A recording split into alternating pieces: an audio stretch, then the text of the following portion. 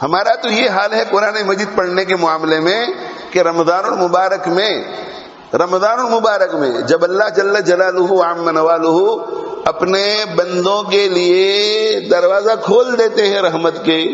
اور رحمت کا دروازہ کھولتے ہیں، اس میں بہت سارے انعامات عطا فرماتے ہیں، اس میں سے رحمت کی ایک چیز یہ دیتے ہیں کہ میرے بندے کو میں مزید میرے سامنے کھڑے ہونے کا موقع دوں، مزید۔ تو اللہ تعالیٰ شانہ 20 قیام ایکسٹرا دے دیتے ہیں کہ 20 قیام، 20 رکوع اور 40 سجدے۔ 40 سجدے۔ ہمارا کسی سے تعلق ہو، کوئی بزرگ ہمارے شہر میں آ جائیں اور ہمارا اس سے تعلق ہو، تو ایک تو یہ مجلس مل گئی اور ہم نے ان بزرگ کو دیکھ لیا مجلس میں، اور ان بزرگ سے ہم نے استفادہ کر لیا،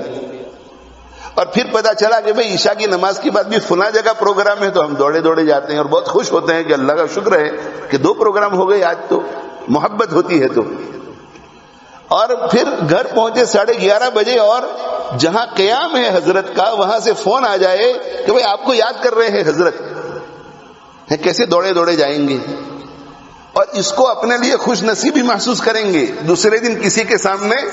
اکتا کر یہ نہیں کہیں گے کہ یار مغرب کے بعد بھی پروگرام ہوا اور پھر عشاء کے بعد بھی پروگرام ہوا اور بہت تھکا کر گھر پہنچا تھا اور دوسرے دن کام پہ بھی جانا تھا اور پھر وہاں سے حضرت کا فون آ گیا تو مجھے جانا پڑا، بلکہ فخری انداز میں کہتے ہیں کہ بھئی اللہ کا بہت احسان ہوا کہ حضرت نے مجھے رات کو 11:30 بجے یاد کیا۔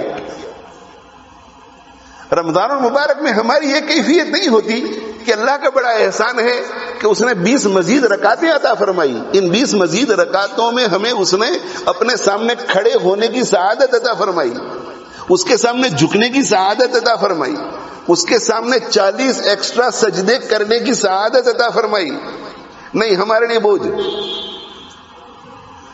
بوجھ 27 کو قرآن ختم ہو جائے، اس کے بعد ایک سپارہ پڑھ کر کے تو دیکھو مسجد میں،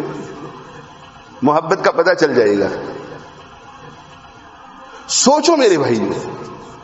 میں خود بھی کمزور ہوں، میں آپ سب سے زیادہ کمزور، سب سے پہلے میں اپنی ذات سے مخاطب ہوں۔ اگر ہم میٹھی میٹھی باتیں کرتے رہیں گے تو مسئلہ حل نہیں ہوگا، ہمیں غفلت کی نیند سے بیدار ہونا ہے تاکہ ہمیں احساس پیدا ہو، ہم ریئلائز کریں کہ ہم کیا پا رہے ہیں، کیا کھو رہے ہیں۔ تراویح کی نماز بوجھ، اور ہر نماز پڑھنے والا الا ماشاء اللہ، کچھ لوگ ایسے ہوتے ہیں بڑے بوڑھے کہ بھئی کہاں جائیں گے دوسرے علاقے کی مسجد میں، یہی چلے جاتے ہیں۔ کچھ باذوق بھی ہوتے ہیں، شوقین بھی ہوتے ہیں الحمدللہ، لیکن لوگ دیکھتے ہیں کہ سب سے پہلی تراویح کہاں ختم ہوتی ہے، سب سے پہلی شروع کہاں ہوتی ہے وہ نہیں، سب سے شارٹ تراویح کہاں ہوتی ہے، سب سے شارٹ۔ اور اپنی مقامی مسجد میں 10 منٹ زیادہ ہوتے ہیں، 10 منٹ زیادہ، اسے چھوڑ کر 15 منٹ کی ڈرائیونگ کر کے جائیں گے اور 15 منٹ کی ڈرائیونگ کر کے آئیں گے، 10 منٹ بچانے کے لیے 30 منٹ ضائع کریں گے۔ پتہ کیا چلا کہ وقت کا مسئلہ نہیں ہے، اللہ کے سامنے کھڑے ہونے کے لیے تیار نہیں، زائد اللہ کے سامنے کھڑے ہونے کے لیے تیار نہیں۔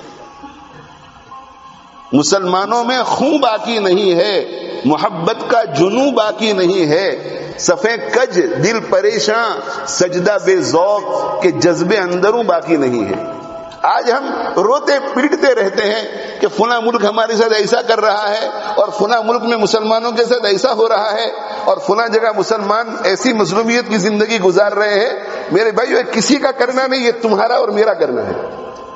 یہ ہمارے اعمال کی شامت ہے جس کی وجہ سے مسلمان ذلت کی زندگی گزار رہا ہے، مسلمان مظلومیت کی زندگی گزار رہا ہے۔ دلوں میں عظمت نہیں، دلوں میں عظمت نہیں۔ ہمارے انگلینڈ میں بھی یہی حال ہے، لوگ دیکھتے ہیں کہ سب سے شارٹ تراویح کہاں ہے، شروع کتنے بجے ہوتی ہے، ختم کتنے بجے ہوتی ہے، اور تراویح کے ختم ہونے کے بعد پھر کار پارک کے اندر آرام سے بات کرتے رہیں گے، مسجد کے باہر فویر میں بیٹھ کر بات کرتے رہیں گے۔ پتا کیا چلا کہ اللہ کے سامنے کھڑے نہیں رہنا ہے، بس یہ اللہ کے سامنے ایکسٹرا کھڑے نہیں رہنا ہے۔ بعض مسجدوں میں ہمارے یہاں انگلینڈ میں ہر تراویح پڑھنے والے کو کہہ دیا جاتا ہے کہ تمہاری 4 رکعت اتنی منٹ میں ختم ہو جانی چاہیے۔ لا حول ولا قوت الا باللہ۔ وہ